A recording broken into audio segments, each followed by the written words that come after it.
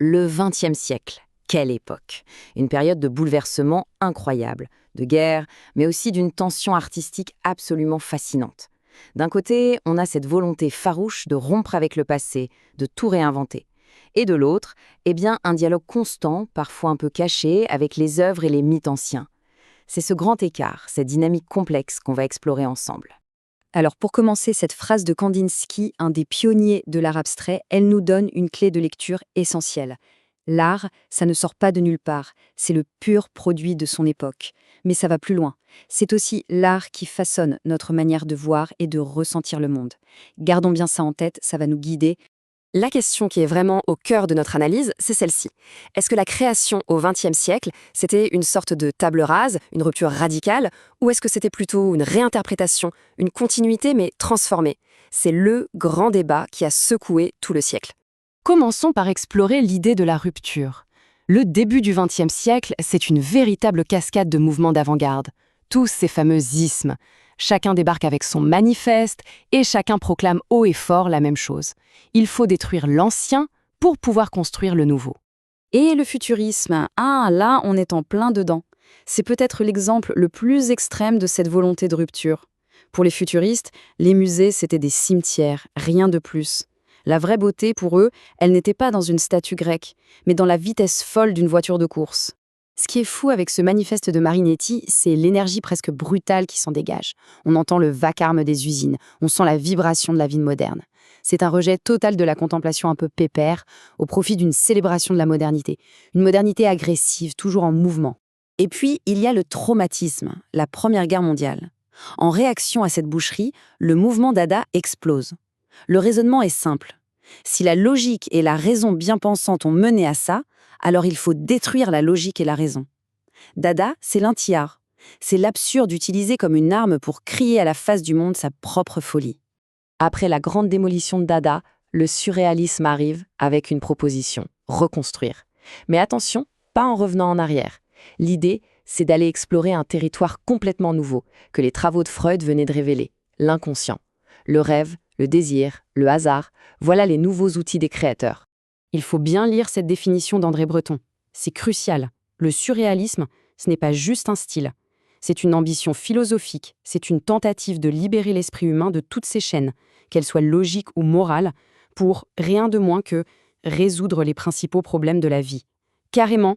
Bon, on a vu le camp de la rupture, mais est-ce que cette histoire de rupture totale est vraiment aussi simple que ça? Pas sûr du tout. Passons de l'autre côté du miroir et voyons comment le passé, en fait, n'a jamais cessé de hanter et d'inspirer les artistes, même les plus révolutionnaires. En fait, quand le présent est en ruine, le passé n'est pas forcément un refuge. Ça peut être un miroir. Les grands mythes grecs, par exemple, sont réinvestis. Ils offrent des histoires universelles pour parler du destin, de la guerre, de la fatalité, mais en y injectant toutes les angoisses et les questions du XXe siècle.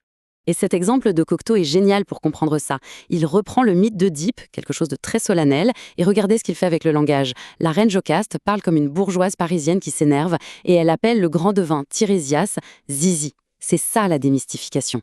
Le tragique antique est ramené à notre niveau, ce qui le rend terriblement proche et pertinent pour le public de 1934. On se retrouve donc avec ces deux grandes forces qui traversent tout le siècle. D'un côté, la révolution, l'abstraction, l'exploration de l'inconscient, toute une course vers l'avenir. Et de l'autre, la réinterprétation, le retour au mythe, un dialogue permanent avec l'héritage et la tradition. Toute la création se joue dans la tension entre ces deux pôles. Et puis, il y a un deuxième séisme, encore plus profond. La Seconde Guerre mondiale, la Shoah. Là, la rupture n'est plus seulement esthétique, elle touche au sens même de l'existence. La question devient « Comment peut-on encore créer après l'horreur absolue ?» Face à ce vide, une philosophie va proposer une réponse, l'existentialisme, avec Sartre comme figure de proue. L'idée de base, c'est que s'il n'y a plus de valeurs toutes faites, plus de Dieu pour nous dire qui on est, alors l'être humain est radicalement libre, et donc entièrement responsable de ce qu'il devient. On ne naît pas avec une essence, on la construit à chaque instant. Cette phrase de Sartre, elle est d'une puissance folle. Ça veut dire qu'on rejette toute forme de fatalité. Notre identité n'est pas figée, c'est un projet en cours. Chaque choix, chaque action nous définit. C'est une philosophie de l'engagement total, dans un monde qui a perdu tous ses repères. Et bien sûr, cette crise du sens va infuser la littérature. C'est l'arrivée du nouveau roman. Le raisonnement est le même. Si les anciennes certitudes sont mortes, alors les vieilles formes du roman, avec un personnage bien défini, une intrigue claire, tout ça, c'est devenu un mensonge. C'est ce que Nathalie Sarraute a appelé l'ère du soupçon. Ici, le détail qui change tout, c'est l'utilisation du « vous ». En s'adressant directement à la personne qui est en train de lire, Michel Butor fait voler en éclats l'illusion du roman traditionnel. L'identification n'est plus passive, elle est forcée, elle est déstabilisante. Le roman ne raconte plus seulement une histoire, il met en scène l'acte même de lire et de construire un récit. Alors au final, rupture ou continuité? On a l'impression de tourner en rond. Mais en fait, peut-être que la question est mal posée. Il est temps de dépasser cette opposition pour arriver à une vision plus fine, plus dynamique de ce qu'est la création. Prenons un instant pour laisser cette image de Paul Valéry faire son chemin. Le lion, cette créature si puissante, si singulière, eh bien il est littéralement fait de ce qu'il a mangé. Sa force ne vient pas de nulle part, elle vient d'un processus de digestion, de transformation radicale de ce qui, à la base, n'était pas lui. Et c'est ça la clé de tout. Créer, ce n'est pas copier le passé, et ce n'est pas non plus le rejeter bêtement.